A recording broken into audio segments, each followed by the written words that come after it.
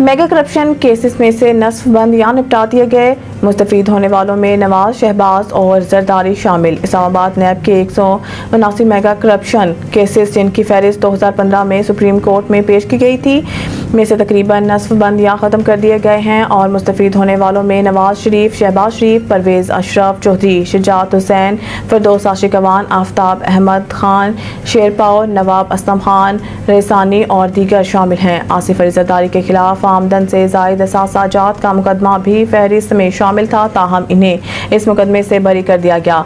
Mega corruption cases में से HBL के साबिक सरबराह यूनुस हबीब, हुसैन हकानी, सेनेटर सहर कामरान, शोन ग्रुप और दीगर के खिलाफ भी नैब ने इंक्वायरियां बंद कर दी हैं।